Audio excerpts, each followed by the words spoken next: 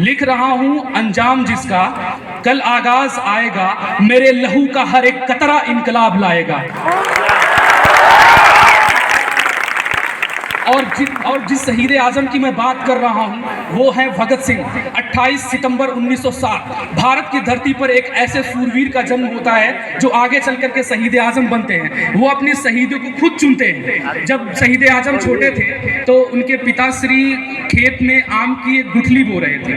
तो शहीद आजम अपने पिता से पूछते हैं कि पिताजी आप ये क्या कर रहे हैं? तो अब उनके पिताजी कहते हैं बेटा कि मैं आम की गुठली बो रहा हूँ, कुछ समय बाद बड़ा होकर ये आम का पेड़ बनेगा और उसके बाद हमारे पास ढेर सारे आम होंगे। तो भगत सिंह दौड़े दौड़े घर पर जाते हैं, वहां से बंदूक उठा कर लाते हैं और बंदूक को मिट्टी में दबाने लगते हैं। ऐसा करता देख उनके पिताजी उनसे पूछते हैं कि भगत सिंह आप ये क्या कर रहे हो? वो कहते हैं पिताजी मैं बंदूक बो रहा हूँ, कुछ समय बाद बंदूक का भी पेड़ उगेगा और उसके बाद हमारे पास ढेर सारी बंदूकें होंगी जिससे हम आजादी का जंग लड़ेंगे। तो आप सोच सकते हो बचपन से ही भगत सिंह के अंदर अंग्रेजों के खिलाफ आजादी का जंग लड़ने के लिए कितना ज्यादा वो एक्साइटेड थे, कितने ज्यादा उनके अंदर इस बात को लेकर के ये चीजें थी। और ये आग तब और भड़क उठती है जब 13 अप्रैल 1919 को जब जलियांवाला बाग में सैकड़ों लोगों को गोलियों से भून दिया जाता है अंग्रेजों के द्वारा। तब महज भगत सिंह 12 साल के थे और 12 साल की उम्र में भगत सिंह पैदल ही चल देते हैं अमृतसर की तरफ। और अमृतसर की तरफ जब जाते हैं तो वहां पे चारों तरफ देखते हैं खून से सनी लाशें पड़ी हुई हैं और वहां से एक बोतल के अंदर खून से सनी मिट्टी को भरते हैं और अपने घर आ जाते हैं। उसके बाद भगत सिंह अपने क्रांतिकारी गतिविधियों को लेकर बहुत ज्यादा एक्टिव थे। वैसे तो भगत सिंह महात्मा गांधी जी को भी बहुत ज्यादा मानते थे। जब महात्मा गांधी ने नॉन कॉपरेशन मूवमेंट यानी असहयोग आंदोलन चढ़ाया था, असहयोग आंदोलन उन्होंने जब चलाया था तो उसके समर्थन में भगत सिंह भी आ गए थे। वो मानते थे कि महात्मा गांधी अपने इस असहयोग आंदोलन से भारत को आजाद करा देंगे। लेकिन जैसे ही चौरी चौरा हत्याकांड होता है उसके बाद महात्मा गांधी अपनी इन गतिविधियों को, असहयोग आंदोलन को वापस ले लेते हैं, जिसके बाद भगत सिंह को लगता है कि अब आजादी ऐसे आने वाली नहीं है, अब हमें क्रांति का रास्ता चुनना ही होगा। और क्रांति के इसी मार्ग पर चलते समय उनके घर वाले उनकी शादी की बात करते हैं कि भगत सिंह आपकी अब शादी कर दी जाए अगर आप तैयार हो तो भगत सिंह कहते हैं कि अगर भारत की आजादी से पहले अगर मैं विवाह करता हूं तो मौत ही मेरी दुल्हन होगी। ये भगत सिंह का लफ्ज था। आप फील कर सकते हो कि भगत सिंह आजादी के प्रति कितने ज्यादा फोकस थे। और एक समय जब भारत में साइमन कमीशन जब भारत आया तो भारत के हर एक हिस्से में इसके विरोध में आंदोलन चलाए जा रहे थे। एक आंदोलन लाहौर से लीड कर रहे थे लाला लाजपत राय। लाहौर में जो वो आंदोलन को लीड कर रहे थे वहां पर अंग्रेजी अफसरों ने लाठियों की बारिश कर दी, सबके ऊपर लाठी चार्ज किया, जिससे लाला लाजपत राय को काफी गहरी चोटें आई।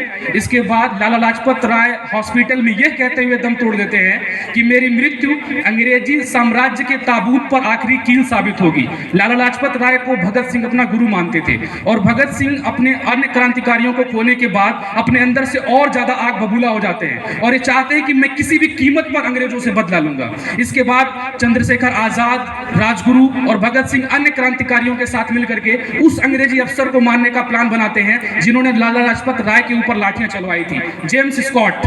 वो जेम्स स्कॉट को मारने के लिए जिस थाने में जेम्स स्कॉट तैनात था वहां पे चले जाते हैं। उसके बाद वो इंतजार करते हैं कि कब जेम्स स्कॉट बाहर आ रहा है और जैसे ही एक अंग्रेजी अफसर थाने से बाहर आता है वो उसके ऊपर गोलियों की बारिश कर देते हैं। वहां पर वो अंग्रेजी अफसर मारा जाता है। लेकिन यहां पर एक छोटी सी चूक हो जाती है। उन्हें मारना था जेम्स स्कॉट को, लेकिन वो जेपी सॉन्डर्स को मार देते हैं और सॉन्डर्स की हत्या के बाद पूरा अंग्रेजी साम्राज्य अंदर से बरगला उठता है। वो किसी भी कीमत पर भगत सिंह को बस पकड़ना चाहते थे, कैद करना चाहते थे, लेकिन वो कैद नहीं कर पाते। उसके बाद ही भगत सिंह की सारी क्रांतिकारी गतिविधियां चालू रहती है और अंग्रेजी साम्राज्य के एक नए नए नियम भारत में पास होते थे। और इसी बीच एक दो अलग अलग बिल सेंट्रल पार्लियामेंट में पास होने वाले थे जिसके खिलाफ भगत सिंह सोचे कि अब अंग्रेज ऐसे सुनने वाले नहीं है, अब इन्हें सुनाना पड़ेगा।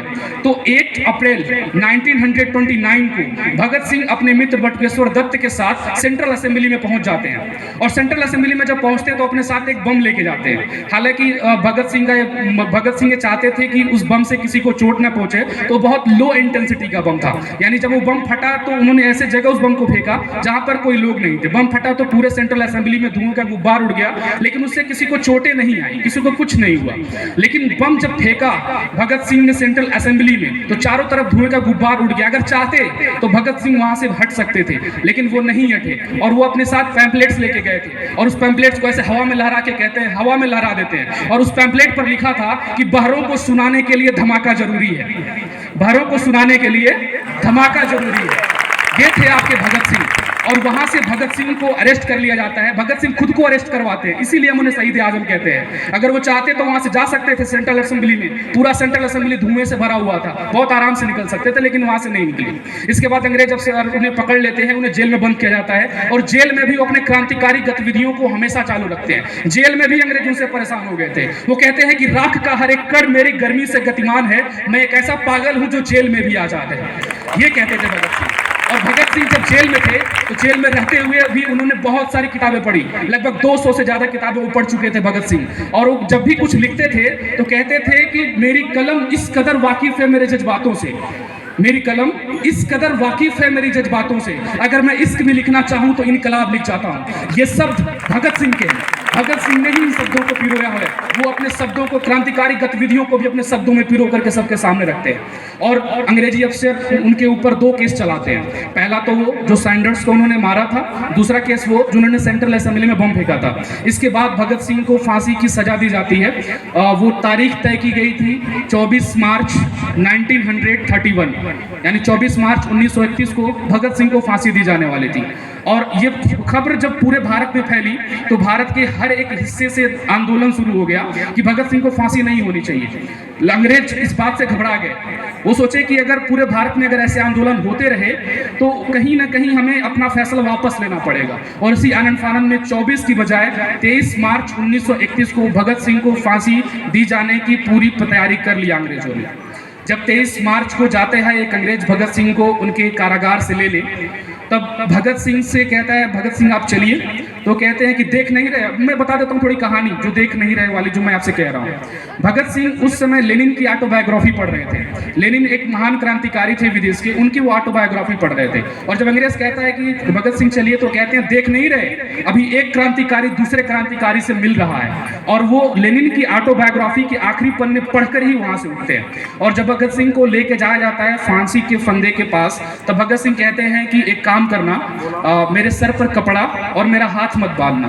लेकिन अंग्रेज उनके सर पर कपड़ा रखते हैं, हाथ नहीं बांधते, सर पर कपड़ा रखते हैं। और वो समय था 7:30 PM जब भगत सिंह को शहीद कर दिया जाता है। इनके साथ 2 और क्रांतिकारी थे, राजगुरु और सुखदेव, उन्हें भी शहीद कर दिया जाता है। और भगत सिंह पर एक पंक्तियां बहुत सटीक बैठती हैं जो थोड़ी देर पहले एक बच्चे ने कहा था कि मरकर भी न निकलेगी मेरे दिल से वतन की उल्फत, मेरी मिट्टी से भी खुशबुए वतन आएगी। ये थे आपके भगत सिंह। तो एक बार फिर से आप सभी को स्वतंत्रता दिवस की ढेर सारी शुभकामनाएं। लेकिन मैं चाहूंगा थोड़ी देर के लिए अपने शरीर की सारी ऊर्जा एक साथ अपने वॉइस में निकाल करके भेजना। ऐसा इसलिए कि भगत सिंह के उस वाले वर्ड को आप याद करना जब वो सेंट्रल असेंबली में बोल रहे थे इनकलाब जिंदाबाद। तो मैं बोलूंगा इनकलाब, और आप क्या बोलोगे? तो पूरी ऊर्जा के साथ पास वाला जो मुल्क है उसे सोचना चाहिए कि वाइब्रेशन कहां से आ रहा है। रेडी? इनकलाब, इनकलाब,